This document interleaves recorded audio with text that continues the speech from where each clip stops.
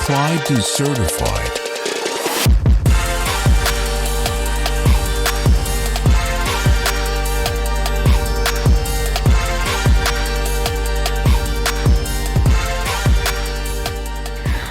What is going on? Welcome to Applied to Certified. This is your number one resource for all things disadvantaged, minority-owned, women-owned business enterprise.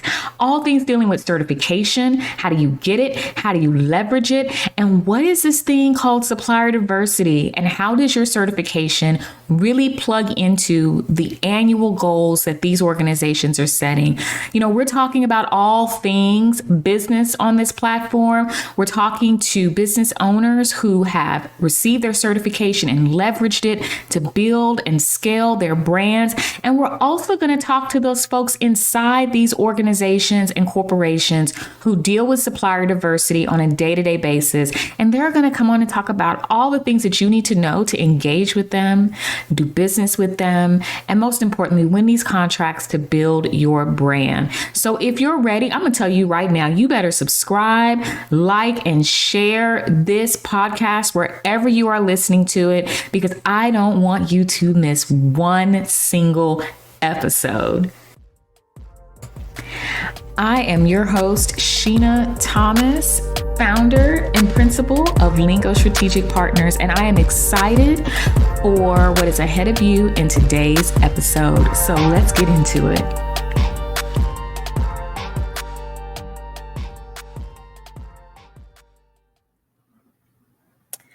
Welcome back, everyone. I'm so excited that you are here for another episode of Apply to Certified.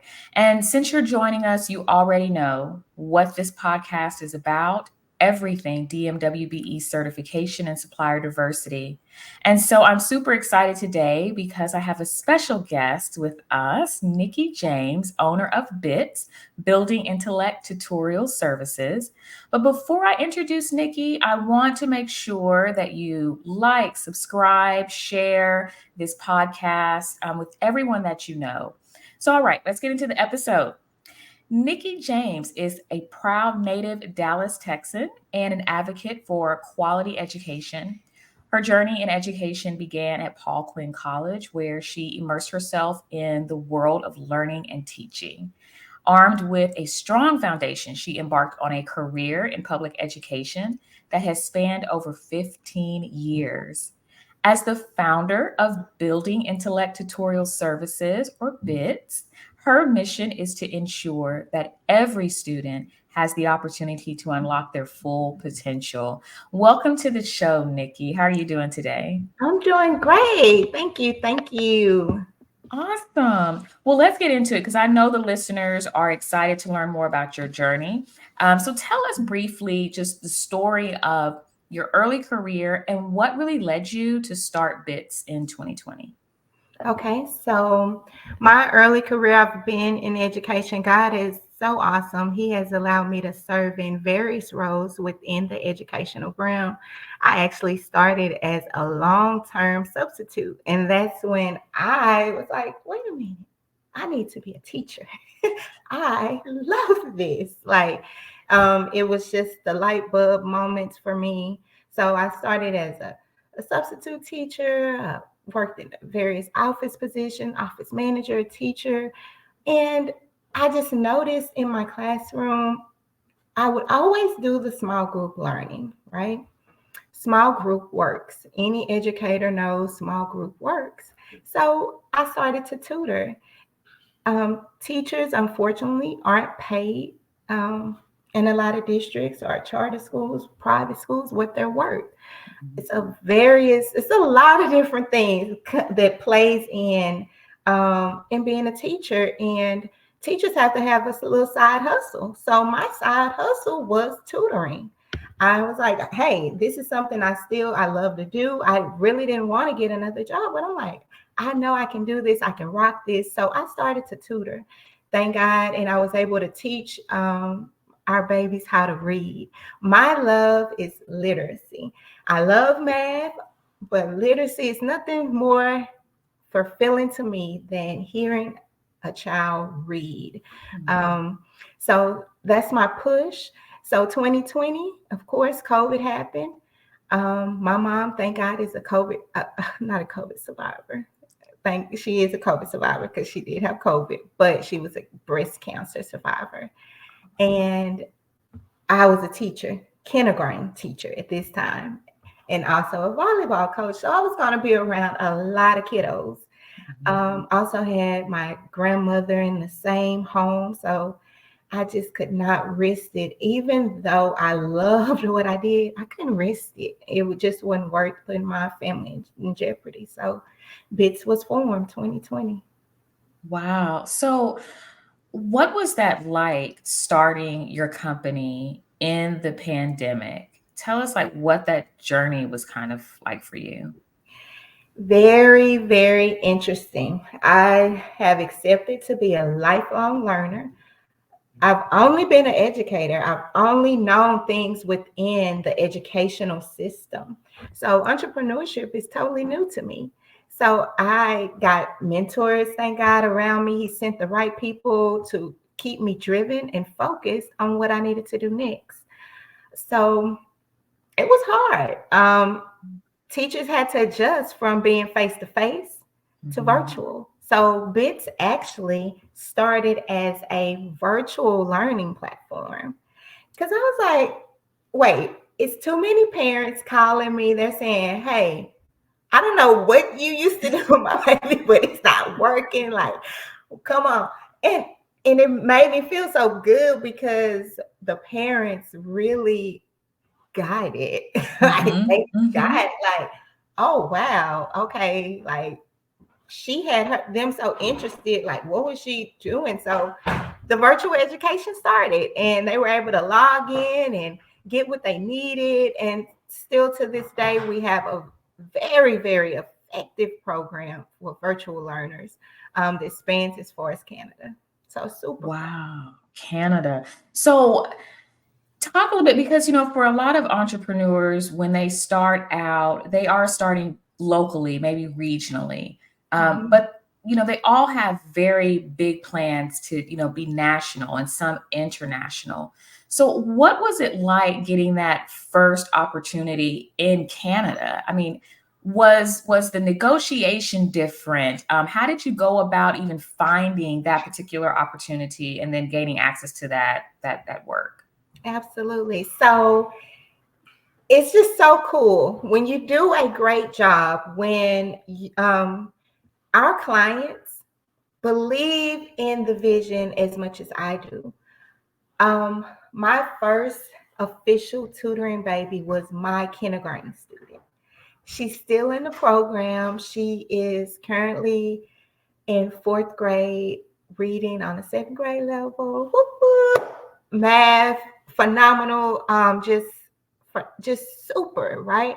So when you're able to produce those kind of results for someone's child, they tell everyone. Mhm. So we literally have her mom is so funny. She called me over the weekend and said they're super excited about the holidays because Miss James is like a holiday name, like everyone, all the cousins. So we're able to be in Canada through our clients, telling their family members, us being okay, it's nothing but a time zone. We Mhm. had to get on that. So but you're able to get the same thing for your baby. So thank God, word is out, and the effectiveness and the love is felt. I love that, and I love that it's the word of mouth. Yes, I think that sometimes we miss how important our client experience is, and oftentimes your companies grow leaps and bounds just because of what you did with one client. And so, absolutely. kudos to you for your Thank service to your clients and how that has just spread like wildfire. you. Yeah, that's really awesome. So let's talk a little bit about certification. Certification is a vital tool for Yes. minority owned businesses. And there are a lot of business owners out there that have heard of it, and there are many, many more that haven't. So when did you first hear about certification? So I do a lot of research and listening to books. I'm constantly listening to books because this is a new experience for me. Mhm. And in one of the books, it was like, if you really want to take your business to the next step, if you want to do a government contract, then this is what you need. And it's super, super. Now, I tell everyone, now this is the God's honest truth. It's going to sound so weird, y'all, but I'm going to tell y'all something. I want everyone to watch War Dogs. So I saw this movie. It's based on a true story where these guys were able to get this government contract. Well, they had no clue what they were doing. Like they had, and it totally motivated me. I'm like, wait, hold up. Mm-hmm. If they have that opportunity, why can't I? So I immediately got certified, got my small business, minority, women on. So I'm fully loaded, thank God, hub certification. So it makes it just that much easier when an equal level playing field when it Mm-hmm. comes to government contracting.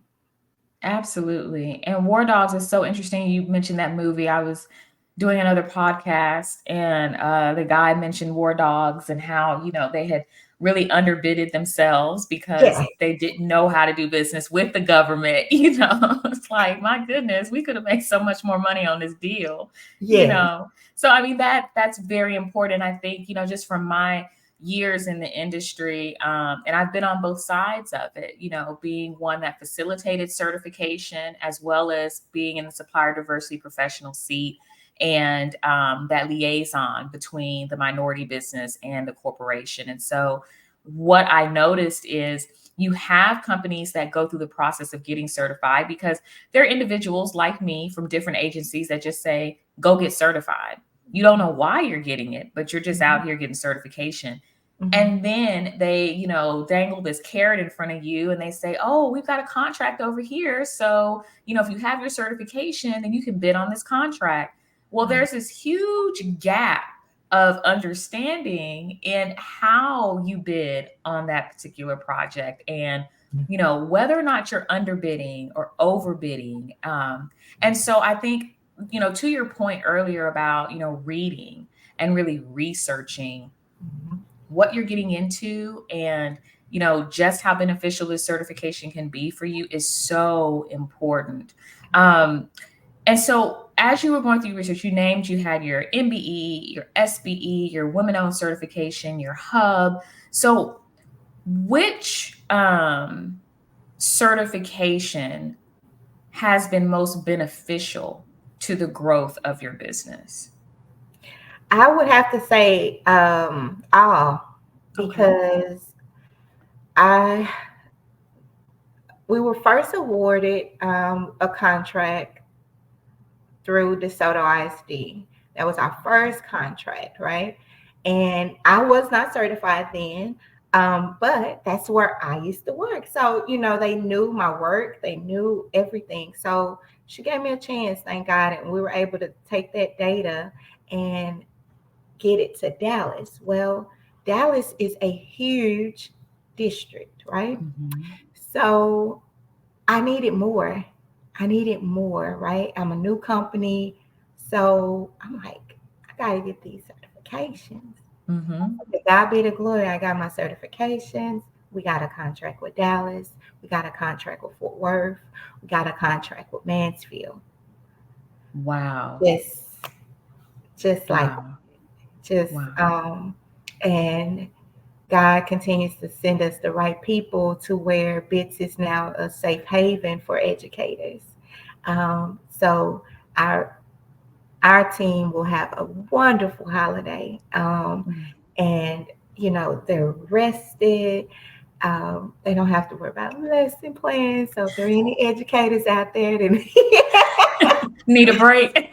yes, come on and BITS because we're very passionate about what we do, but we like to put our family first. And thank God, we're able to do that and we're able to serve more effective because we're rested. Yes, yes, I love that. A safe haven for educators. So when you were going through the bidding process with these school districts, what was that like? Compare the very first time you were submitting a response to a bid to how you submit a response to a bid today. Like, what was that learning curve like? So totally different. Mhm. The I'm first sure. one was like, it was good. It was a great response. Mhm. But it was just missing. It had meat and potatoes. So now when we submit our RFPs, it's meat, potatoes, dessert. We have like optional meals, right? We have so much more to offer our scholars. And not only our scholars, we have things to offer our educators. So it's like more inclusive, more Mhm. intentional services. So that's how we're able to kind of stand out and be considered more than just a tutoring company. I love that. We have sides. We've got dessert. That is really probably the best analogy that I have heard about putting together a bid response. And you're right. It is very much the first time the meat Mhm. and potatoes because you're literally answering the questions that they Question, had. That's yeah. it. You're giving them just what they asked for. Yeah, and And you're I sweating. You're like, Yes. Right, right. You're sweating what you're putting in there, making sure that you have it in on time and all of Mhm. that stuff. And so now, as a seasoned vet in this process, you're kind of like, well, no, we're not just going to give them just one plate. We're going to make sure they have a complete meal. Absolutely. Yes, that is wonderful. That's wonderful. And so the additions to your bid response, were those services that you developed over time within your business, or were you providing those initially and you just didn't have those in your first bid response? So they were already kind of like into play. Our mentorship program, we've been doing it, but it never like included in our RFP. So now that we include that, and that's a huge also social emotional learning pullouts and things like that. It's things that we've already done, but just went into play. And so we always have our campuses or ask our campuses if they'll be so kind to allow us to do surveys and do Mhm. when we kick off a program, because we always say it's going to be red carpet style. So we want it to be a wonderful experience for our babies in our community in a whole, the parents. We have parent incentives. So it's just so much more that we can do now. Mhm. Thank God, than that first bid. Gotcha, gotcha.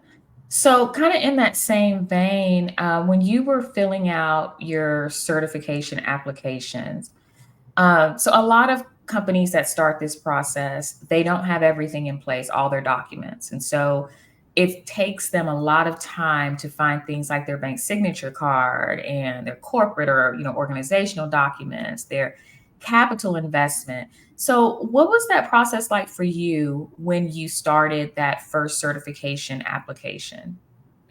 So I immediately kicked into my secretarial mode. Like I printed it out Mhm. and I just committed to like a 3-day thing. I called my banker. I was like, we need something like a signature card. And I can remember her saying, what? I don't think the customer's supposed to have that. I said, look, I can show you where it says it. If you can just, and she said, okay, yes, ma'am, Miss James, just come on in here. And she allowed me to get that. And that was the hardest document Mhm. to get. Mhm. So I really suggest when you open your business account, just start to form those relationships so that you can, when you call your banker or when you call, the bank you normally go to, they already know you and they know my story there. Thank God, Miss King, she opened my account for me. She's now the branch manager there. And so everyone knows me and they know my story because I share it. Like it's such a blessing. And I'm always eager to just share it. So I recommend building those relationships so you can have, because you're going to need those partners. It's going to be so much, especially when you're getting those documentations. You're going to need those people. Absolutely. Absolutely. That's one thing that I preach often is you need a relationship with a banker and not just the bank.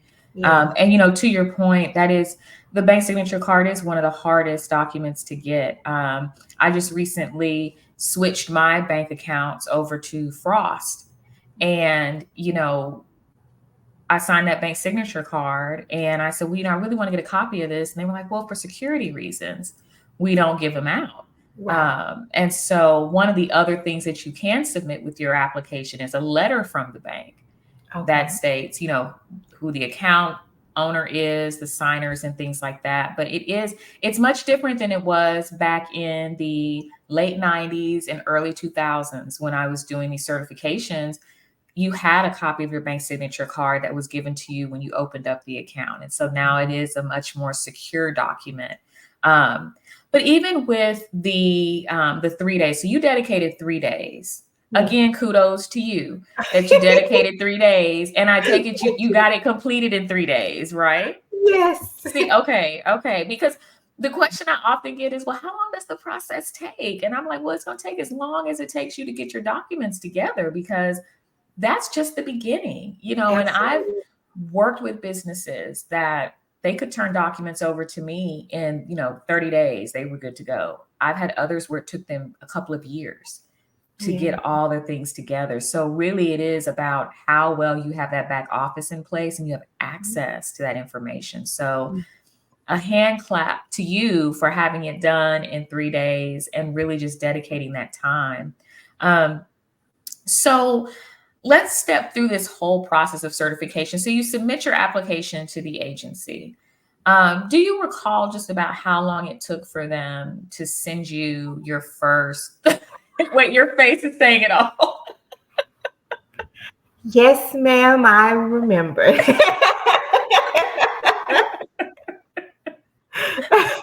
Oh gosh. I was in a panic because I knew I had applied for it. And I knew I had been putting that I had these certifications on my RFP. So I needed it like back. Yes. And I called. They're not very approachable. So, and nothing was missing. I saw that it was being reviewed. And I'm like, okay, God, what do I do? What do I do? So I kept calling. And I told them that I had a contract. I really needed this. Please let me know if there were anything else in addition to what I've already submitted.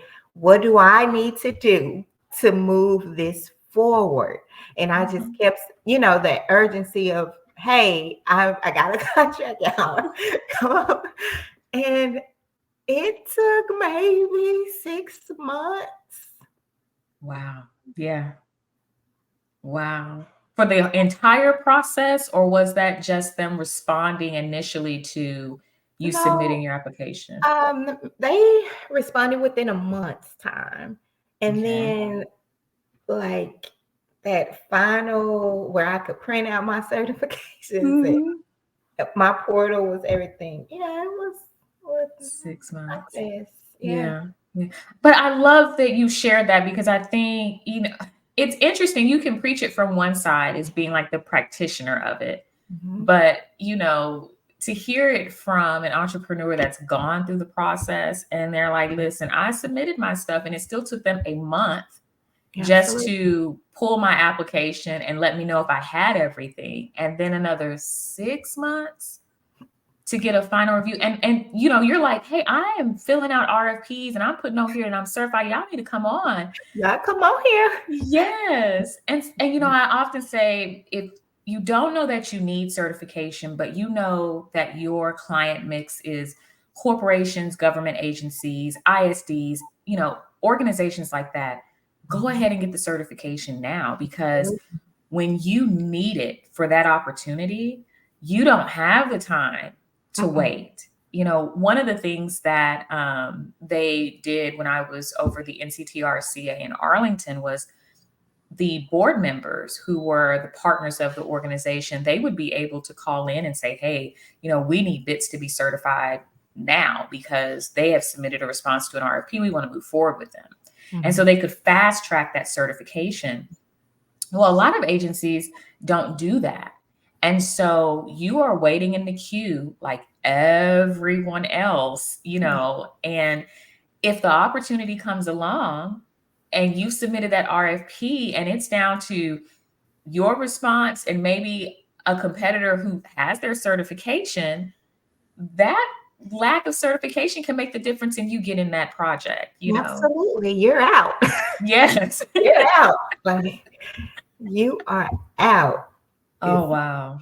That's simple. And so I actually help new entrepreneurs make sure that they are structured correctly to where they can provide that documentation a lot faster, a lot timely. I also have a relationship now with my certification agency, so we're able to expedite that process.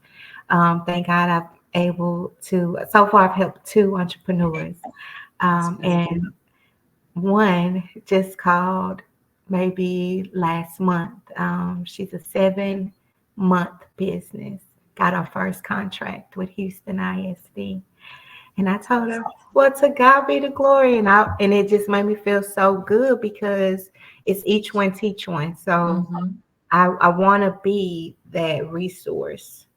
Yes, that's wonderful. And I think it's good for you to be so focused on the space that you're in as well, because that's just another level of expertise that you can share with other business owners. So that is amazing. I think at the end of the day, and listeners that have listened to me, for folks that know me, understand that education is so key to this process. And I started my business in 2016 to educate business owners on the process. And at the end of the day, if you're not booking with me to help you with certification, I want you to understand what you're getting into before you start the process, because it will drive you crazy if you don't know what you're doing. You submit that application and they ask you 4, 5, 6 times for the same document. And you're like, wait, I sent it in. Yeah.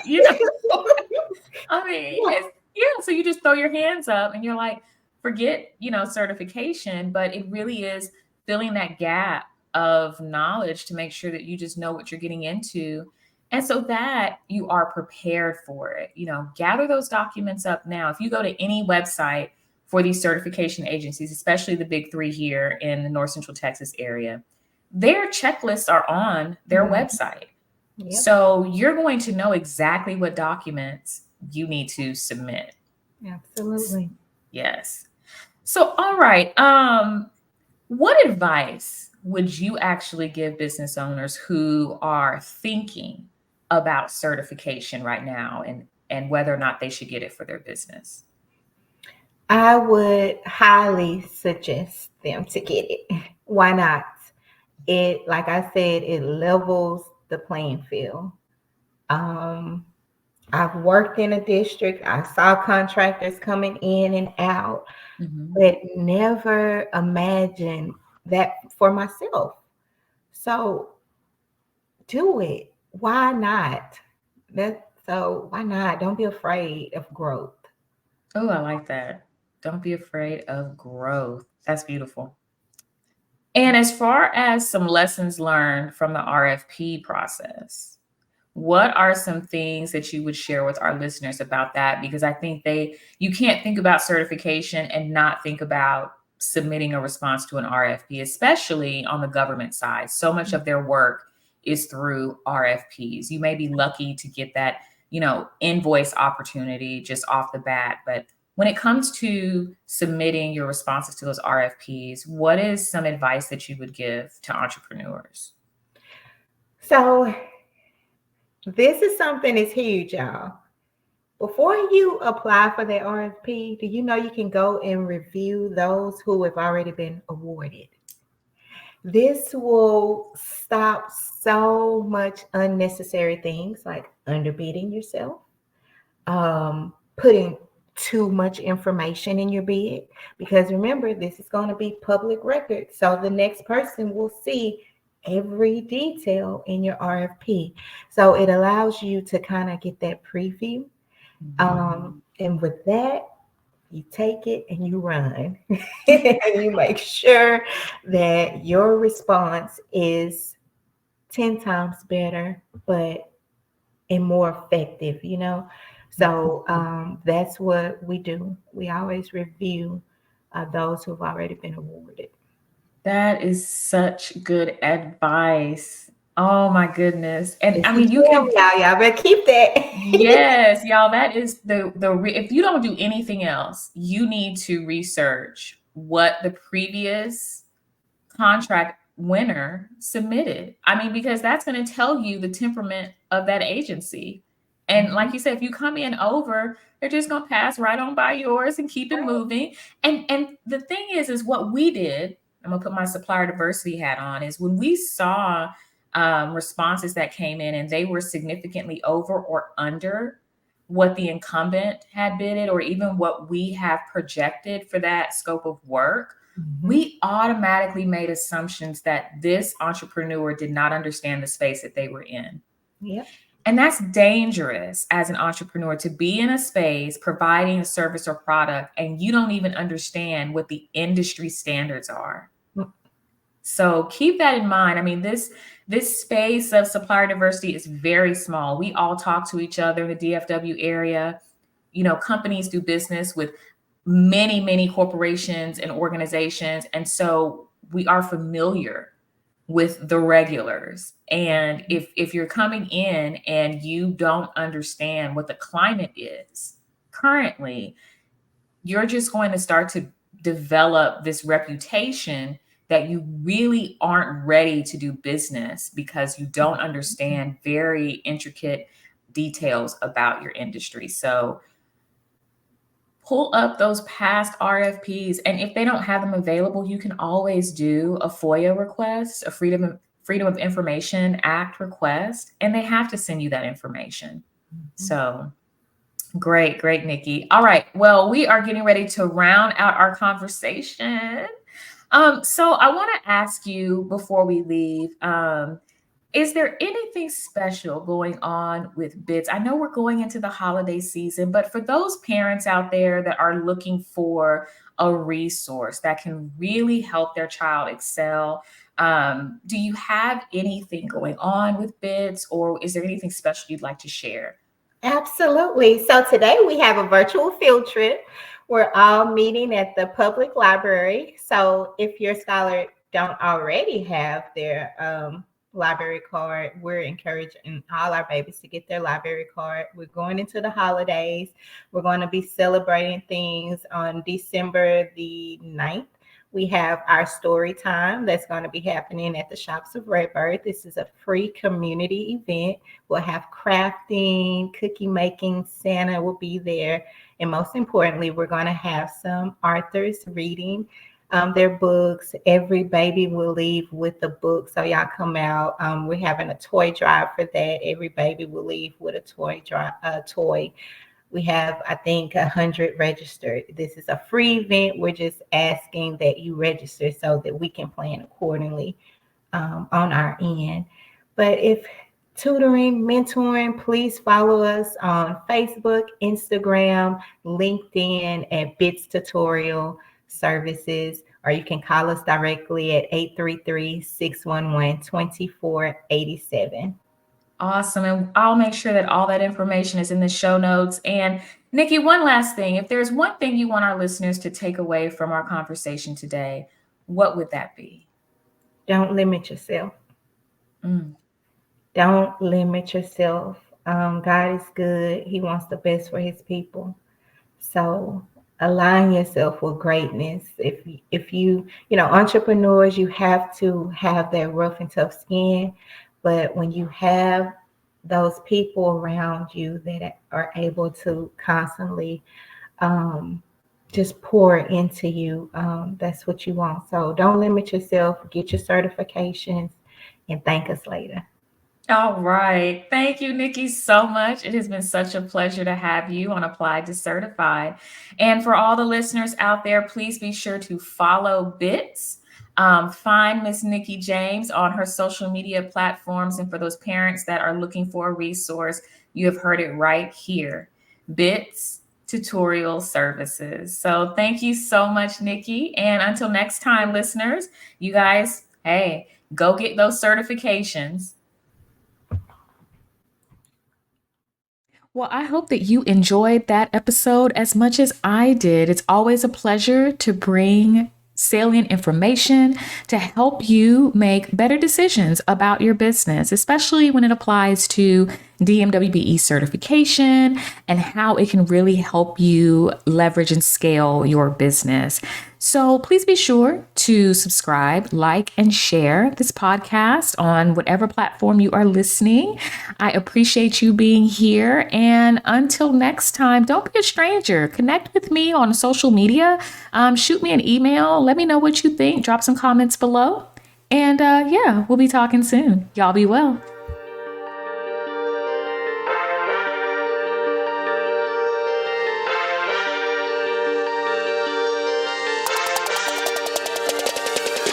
Applied to Certified.